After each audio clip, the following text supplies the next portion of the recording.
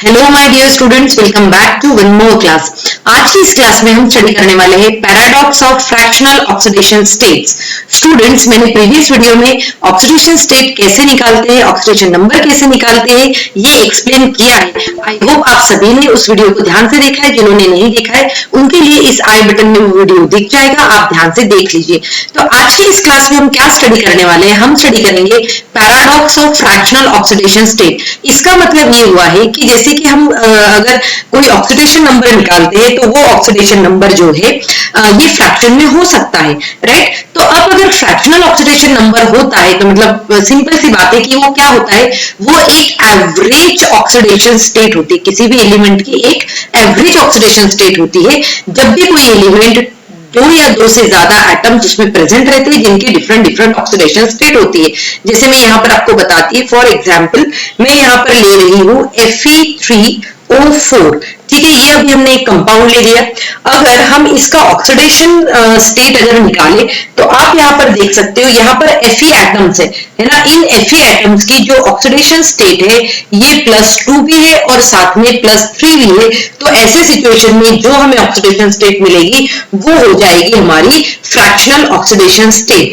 जैसे कि बेटा यहाँ पर देख लीजिए, जैसे Fe3O हम कैसे लेते हैं, Fe3O एक्चुअल में ये इससे बना हुआ है, राइट। ये इससे बना हुआ है तो इसमें हमारे पास में दो Fe एटम्स है और ये जो दो Fe डिफरेंट कंपाउंड्स में जो अटैच्ड है इनकी ऑक्सीडेशन स्टेट जो है वो डिफरेंट होती है, राइट। तो फिर अगर कोई स्ट्रक्चर आता है तो इन स्ट्रक्चर्स के साथ में किस तरीके से हम ऑक्सीडेशन स्टेट निकालते हैं वो हम स्टडी करने वाले हैं। जैसे कि अभी हमने यहाँ पर वर्ड यूज किया है paradox of fractional. Paradox of fractional oxidation state मतलब ये होता है कि अगर जब भी हम फ्रैक्शनल ऑक्सीडेशन स्टेट निकालते हैं तो उसका कुछ पैराडॉक्स है, मतलब जो हम नहीं सोचते एज सच टाइप की कोई चीजें हैं जो अब हमें कैसे पता चलेगी, हमें वो पता चलेगी जब हम उसका स्ट्रक्चर जो है वो ड्रॉ करेंगे। जैसे कि मैं आप यहाँ पर देख सकते हो, मैं यहाँ पर सबसे पहले आपको एक्सप्लेन करने वाली हूँ एक यहाँ पे एक जिसे हम कहते हैं कैरोज एसिड, ठीक है। कैरोज एसिड, कैरोज एसिड का फॉर्मूला जो होता है वो होता है H2SO5 और जिसका नेम अगर आप देखना चाहते हो तो ये हो जाएगा परॉक्सो मोनोसल्फ्यूरिक एसिड, परॉक्सो मोनोसल्फ्यूरिक एसिड, जो कि हमारा सिंपल H2SO4 से डिफरेंट होता है। अब अगर आप सेम रूल्स लेकर अगर फॉलो करते हो और इसका आंसर अगर निकालते हो तो देखिए बेटा आप कैसे आंसर निकालेंगे। इसका आंसर आप जो मैंने रूल बताया था, तो अगर हमें सल्फर की ऑक्सीडेशन स्टेट निकालनी है तो हम ये 2x यहाँ पर हम ले लेते हैं सिंपल से 2 इंटू क्या हो जाएगा, ये 2 इंटू ये हो जाएगा +1 और यहाँ की x आ जाएगी तो मैंने x ले लिया, प्लस ये कितना हो जाएगा -2 इंटू 5 और फिर और इज इक्वल टू 0, क्योंकि कोई चार्ज नहीं, इन दोनों को करो तो ये 2 आ जाएगा प्लस x और ये हो जाएगा आपका -10 इज इक्वल टू 0, फिर x is equal to -8 is equal to 0 और x इज इक्वल टू आपका आंसर आया है +8। तो अगर मैं देखूं तो ये जो +8 आंसर जो आया है आपका, this is not correct, it means it is wrong, ये रॉन्ग है। जबकि हमने वही मेथड अप्लाई किया है जो हमने अभी तक सीखा है और इसी को हम paradox of fractional oxidation number कह रहे हैं। ऐसा क्यों, ये गलत क्यों आया है, क्योंकि आप यहाँ देख सकते हो कि यहाँ पर लिखा हुआ है परॉक्सो। परॉक्सो का मतलब ये हुआ है कि जो हमारे पास में ये जो H2SO4 है उसका अब हमें स्ट्रक्चर बना के देखना पड़ेगा।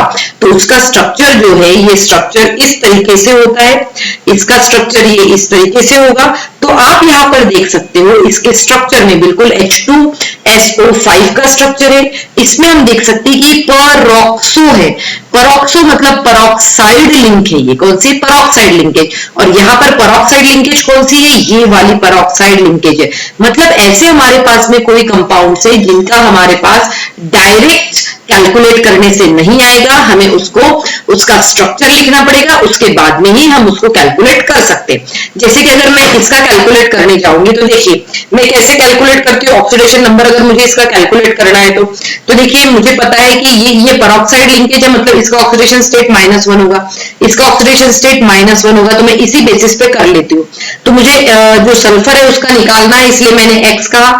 हाइड्रोजन कितने हमारे पास, 1 और 1 2 है, इसीलिए हमने इसको 2 × 1 कहा, क्योंकि हाइड्रोजन की जो जनरल ऑक्सीडेशन स्टेट होती है वो 1 ही होती है। प्लस अब देखो मेरे पास में ये जो ऑक्सीजन यहाँ रखे हुए हैं, जिसको मैं सर्कल करती हूँ, ये ऑक्सीजन, ये ऑक्सीजन और ये ऑक्सीजन, इन ऑक्सीजन की ऑक्सीडेशन स्टेट जो है, इन ऑक्सीजन की ऑक्सीडेशन स्टेट -2 होगी, क्योंकि जनरल वे में वो -2 ही दिखाता है, 3 ऑक्सीजन है।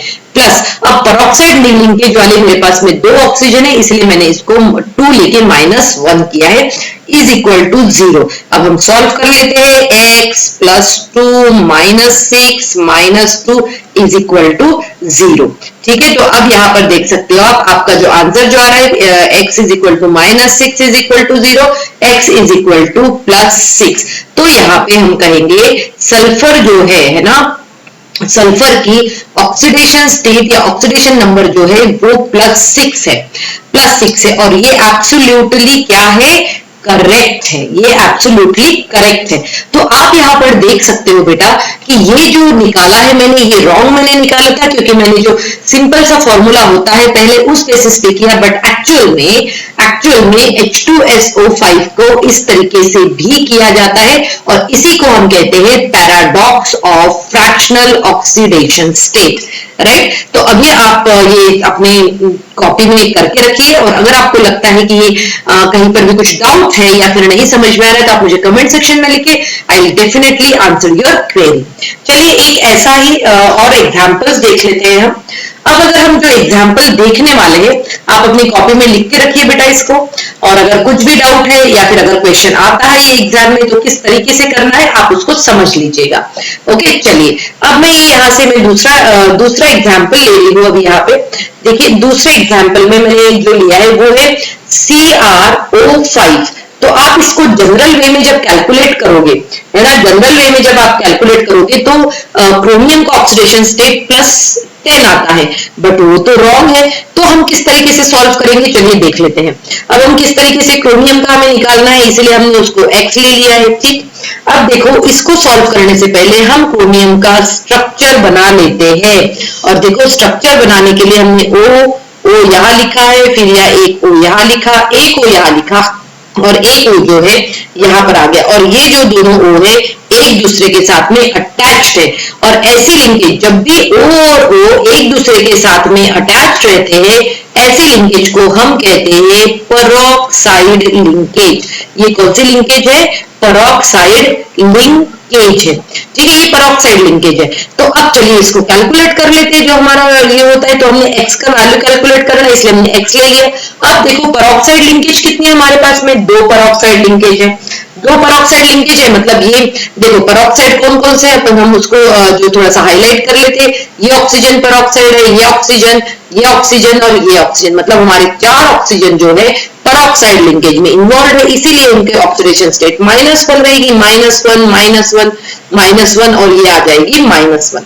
ठीक है, प्लस सिर्फ हमारे पास में एक ऑक्सीजन है जिसकी ऑक्सीडेशन स्टेट -2 है, तो हमने यहाँ लिख लिया -2 इज इक्वल टू कितना हो जाएगा, -2 एक ही है, तो हमें इज इक्वल टू यहाँ पे लिखना है, इज इक्वल टू 0। चलिए सॉल्व कर लेते हैं इसको फर्दर। तो ये सॉल्व करेंगे x -4 माइनस यहाँ पे आ जाएगा -2 इज इक्वल टू हो जाएगा 0, राइट। x तो हमारे पास में कितना है, s -6 इज इक्वल टू 0, और x इज इक्वल टू कितना हो जाएगा, +6।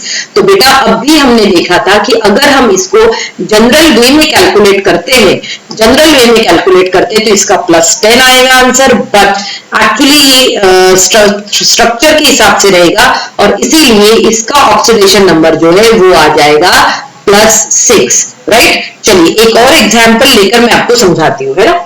ये एग्जाम्पल हमारे पास में Br3O8, और बेटा देखो यही example most of the time पूछे जाते हैं, ठीक है। अब आप अगर जनरल वे में इसको करोगे तो इसका आंसर जो आता है, Br का जो ऑक्सीडेशन स्टेट आता है वो होता है 16/3। तो हम भी सोच सकते हैं कि फ्रैक्शन में आखिर जो है इलेक्ट्रॉन्स कैसे शेयर होंगे। तो चलिए इसका एक अच्छा सा देख लेते हैं कि किस तरीके से बनता है ये। तो देखो ये इस तरीके से यहाँ हो गया है, फिर यहाँ पे ये यहाँ आ गया, फिर ये जो हमारे पास में Br जो है ये इस तरीके से देखो O O O, और यहाँ पर जो है ये एक O और एक ये O हो गया, ठीक है।